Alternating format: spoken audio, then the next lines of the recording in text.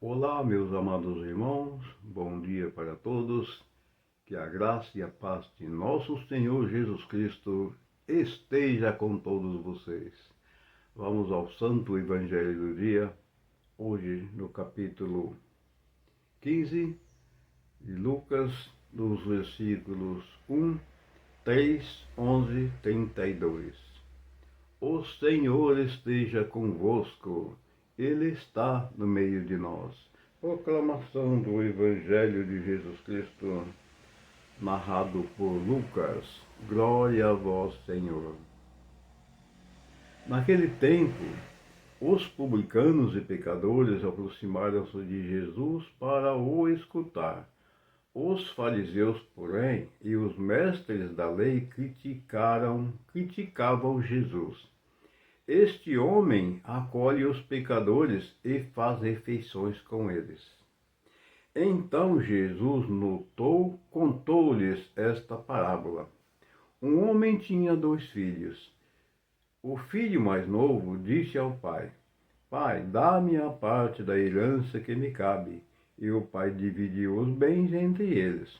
Poucos dias depois, o filho mais novo juntou o que era seu e partiu para um lugar distante. E ali esbanjou tudo numa vida desenfreada.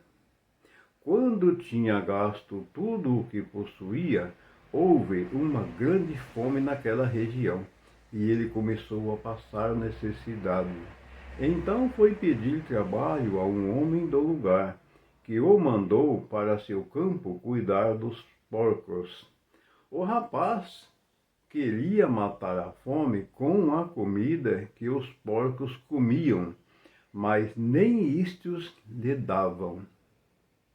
Então caiu em si e disse: Quantos empregados do meu pai têm pão com fartura? E eu aqui morrendo de fome. Vou-me embora.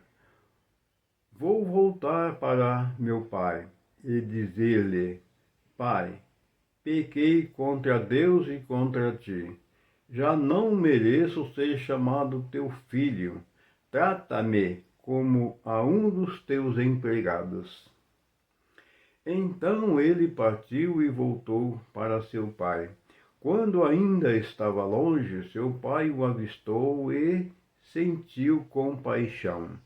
Correu-lhe ao encontro, abraçou-o e cobriu-o de beijos. Filho, então lhe disse: Pai, pequei contra Deus e contra ti. Já não mereço ser chamado teu filho. Mas o pai disse aos empregados: Trazei depressa a melhor túnica para vestir meu filho, e colocai um anel no dedo dele e sandálias nos pés. Trazei um novilho gordo e matai-o. Vamos fazer um banquete, porque este meu filho estava morto e tornou a viver, estava perdido e foi encontrado. E começaram a festa. O filho mais velho estava no campo. Ao voltar, já perto de casa, ouviu música e barulho de dança. Então chamou um dos criados e perguntou o que estava acontecendo. O criado respondeu: É teu irmão que voltou. Teu pai matou o novilho gordo, porque o recuperou com saúde. Mas ele ficou com raiva e não queria entrar. O pai, saindo, insiste com ele. Ele, porém, respondeu ao pai: Eu trabalho para ti há tantos anos, jamais desobedeci a qualquer ordem tua, e tu nunca me destes um cabrito para eu festejar com meus amigos. Quando chegou esse teu filho, que esbanjou teus bens com prostitutas, matas para ele o novilho cevado. Então o pai lhe disse: Filho, tu estás sempre comigo, e tudo o que é meu é teu. Mas era preciso festejar e alegrar-nos, porque este teu irmão estava morto e tornou a viver, estava perdido e foi encontrado. Palavras da salvação. Glória a vós, Senhor. Que as santas palavras desse santo evangelho perdoe os nossos pecados e nos guarde para a vida eterna. Amém.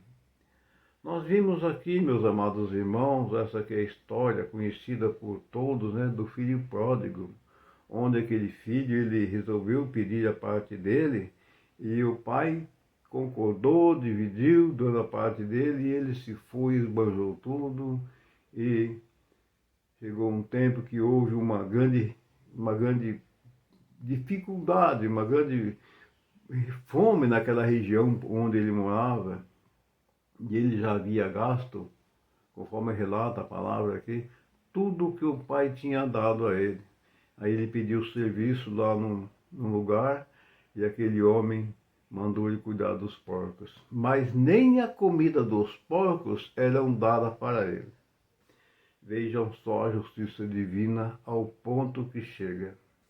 E aí, ele pensando, meu Deus, eu estou aqui nesse lugar, nem a comida dos porcos eles me dão, e lá na casa do meu pai, os empregados comem do bom e do melhor, e eu aqui passando necessidade, eu vou voltar para a casa do meu pai. E foi aonde ele teve a iniciativa de voltar para a casa do pai. O pai o recebeu, conforme relata a palavra, recebeu com amor, abraçou, beijou seu filho, preparou um banquete especial para ele. E aí depois o outro filho mais velho, que estava no campo trabalhando, ao chegar em casa, avistou aquela festa, ficou indignado, porque ele ficou, vamos dizer assim, nos dias de hoje, fiquei invocado com aquilo que está acontecendo. Puxa vida, eu que trabalho todos os dias com meu pai nunca me deu um cabrito para me comemorar, fazer uma festinha com meus amigos, e é o teu filho aí que pegou a parte deles, banjou tudo, o Senhor acolhe e ainda faz uma festa para ele. Quer dizer, o filho mais velho, entre aspas, ele tinha lá suas razões para estar questionando. Mas, por outro lado, vem a misericórdia e o amor. Aí o pai falou para ele, filho, nós temos que comemorar, fazer um banquete, fazer uma festa, porque esse teu irmão estava morto e reviveu. Esse teu irmão estava perdido e a gente o encontrou. Então, é motivo de festa. Conforme relata a palavra que para Deus, quando Deus resgata um dos seus filhos pecador, é uma grande alegria para o nosso amado Deus, porque aquele filho estava perdido e foi resgatado. É assim o amor de Deus. E os fariseus, na época, né, eles não concordavam com Jesus, por Jesus ter aquele procedimento de acolher os menos favoráveis, ou seja, os pecadores. Jesus comia com os publicanos, com os pecadores, né? E naquela época, o povo, os pecadores, eles excluíam, era excluído da sociedade. Isso naquela época. Mas se nós olhar nos dias de hoje, isso continua acontecendo. Vocês podem ver que os pecadores, os pobres, eles são excluídos da sociedade. Infelizmente, essa maldade humana é uma coisa que não se sabe até onde vai. É uma coisa esquisita. Isso existe até os dias de hoje. E aqui, esta santa palavra, para todos os pais. Qual é o pai que vendo o filho passando dificuldades, que ele não vai lá ajudar o filho? Que ele não vai dar um jeitinho de recuperar seu filho? Só se o pai não amar, não tiver coração.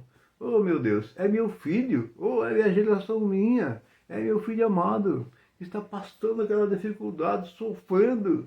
Eu preciso resgatar meu filho. Então, meus amados irmãos, vocês pais, seja lá qual for o problema que vocês enfrentam com seus filhos, não desista de seus filhos, de jeito nenhum. Ame-os como Deus nos ama.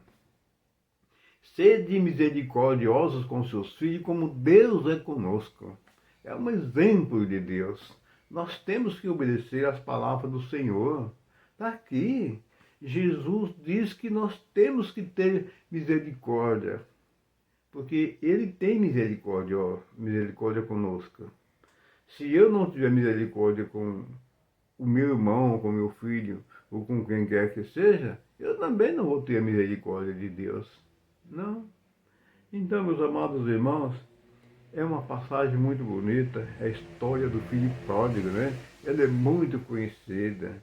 E sempre os povos, às vezes em uma rodinha entre amigos, lembram disso aqui e começam a falar, né? Aí sempre tem exemplos no meio da sociedade, fala assim, mas você vê, nossa, esse fulano aqui, ele é pessoa boa, mas o filho dele, pelo amor de Deus, o filho dele não vale nada.